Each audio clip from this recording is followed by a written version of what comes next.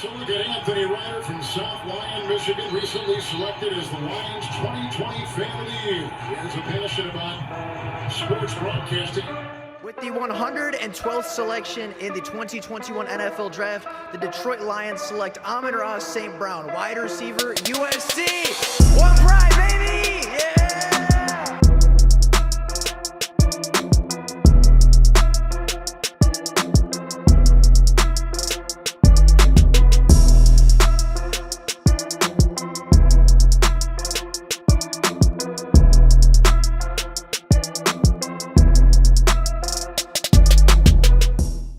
What's going on, everybody? Welcome back to another Detroit Lions video.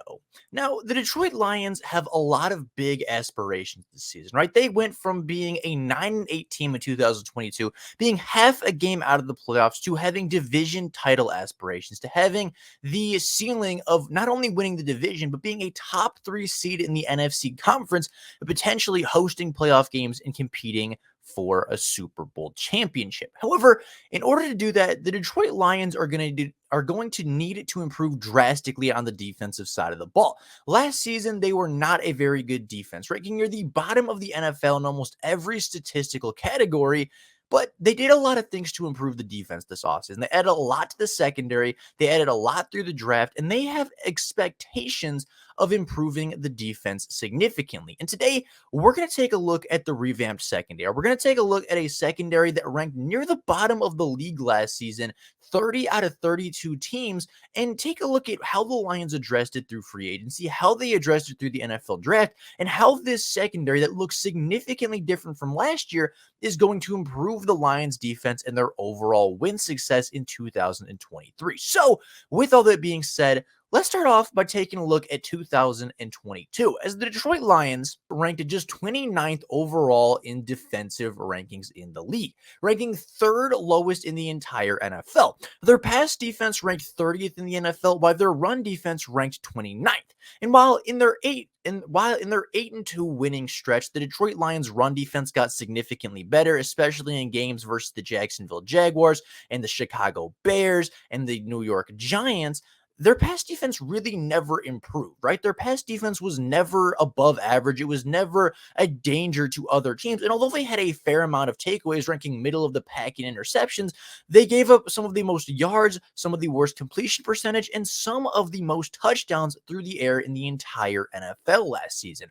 It was a big reason as to why the Detroit Lions failed to make the playoffs, and a big reason as to why the Detroit Lions failed and fell to a 1-6 start to open the 2022 seasons. Players like Geno Smith, Bailey Zapp, Kirk Cousins, and several other quarterbacks across the league were having phenomenal days versus the Detroit Lions passing defense, and they just really didn't have the tools to stop it. Now, going into 2023, there was a very clear expectation of improvement for this team. There was a very clear mark of this needs to get better if we want to go out and win a division, if we want to go out and win a playoff game. And that's what the Lions did. Right? Last season, they were atrocious. They allowed 4,179 passing yards, 26 passing touchdowns to just 12 interceptions, having 63 passes defended and 63% completion percentage against them. This was not good enough. This ranked 30th in the NFL and was one of the worst passing defenses in the NFL, and started off as one of the worst defenses in NFL history. However, they made a lot of changes this year. The Detroit Lions this past season added Cam Sutton, a truly lockdown cornerback from the Pittsburgh Steelers that ranked top of the NFL last year in coverage grades. They added Emmanuel Moseley, who has been one of the most underrated defensive backs in the NFL since being an undrafted free agent in 2018. They added Chauncey Gardner-Johnson, a player that led the NFL in interceptions a season ago, as well as drafting linebacker Jack Campbell, who came away with 2 interceptions in college a season ago, as well as Brian Branch, one of the most electric and versatile defensive backs in the entirety of the 2023 NFL Draft, as well as welcoming back Tracy Walker, a player that tore his Achilles in Week 3 versus the Minnesota Vikings and was not able to return this season, but will be ready to return by time the 2023 season rolls around. They've replaced Amani Oruwariye and Jeff Okudah, as well as Mike Hughes, with Cam Sutton, Emmanuel Moseley, and Brian Branch. They've added a lot of talent in the secondary this offseason, And there's a big statistical jump from where they were last season to where they were right now.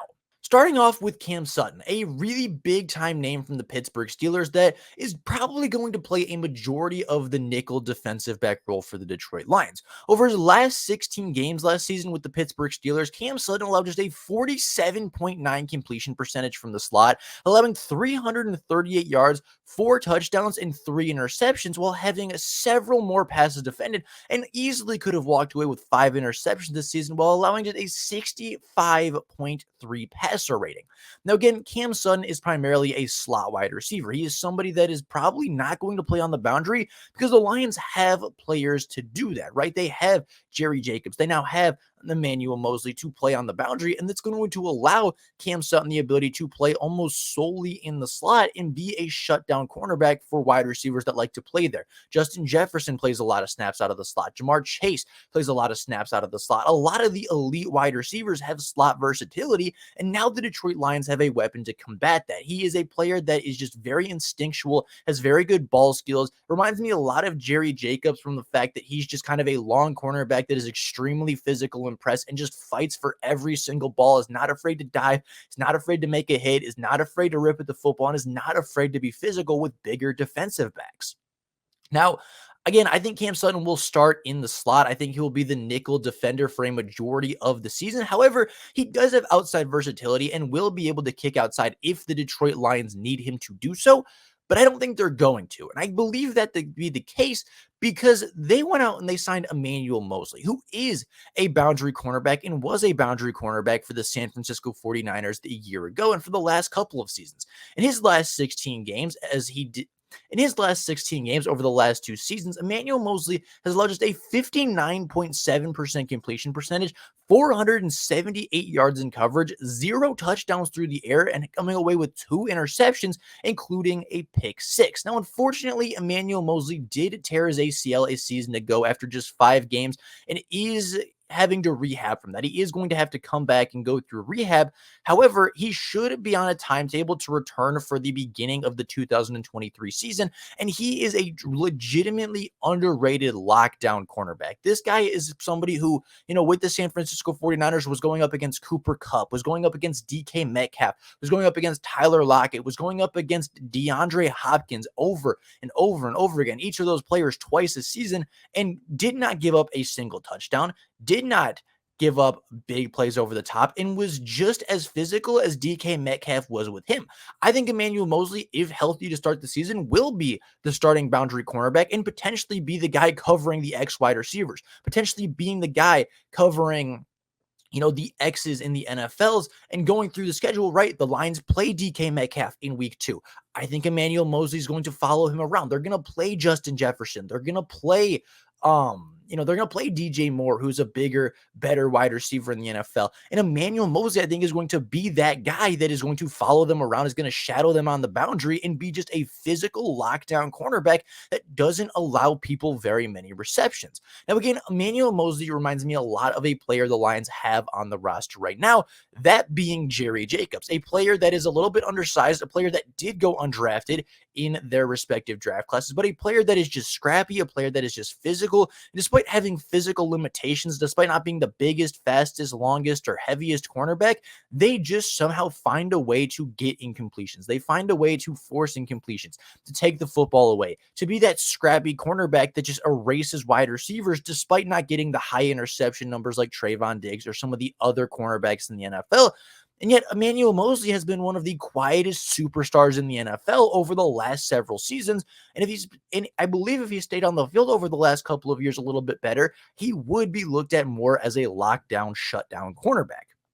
Now, these were 2 moves that the Lions made very early in free agency. However, CJ Gardner-Johnson was a late addition. He was a player that was kind of the last piece to a free agency market that didn't have very many stars. Last season, CJ Gardner Johnson led the NFL in interceptions with 6 picks on the season, allowing just 446 yards in coverage, 3 touchdowns through the air, and a 78.6 quarterback rating. Now, CJ Gardner Johnson could potentially start at safety. He could potentially start in the nickel if they want to move Cameron Sutton outside to the boundary. If they want to do 3 safeties, CJ Gardner Johnson can fit there. There are a lot of roles and a lot of mismatches that you can use CJ Gardner Johnson for on the Detroit Lions in a very similar role to what he did with the Eagles last year.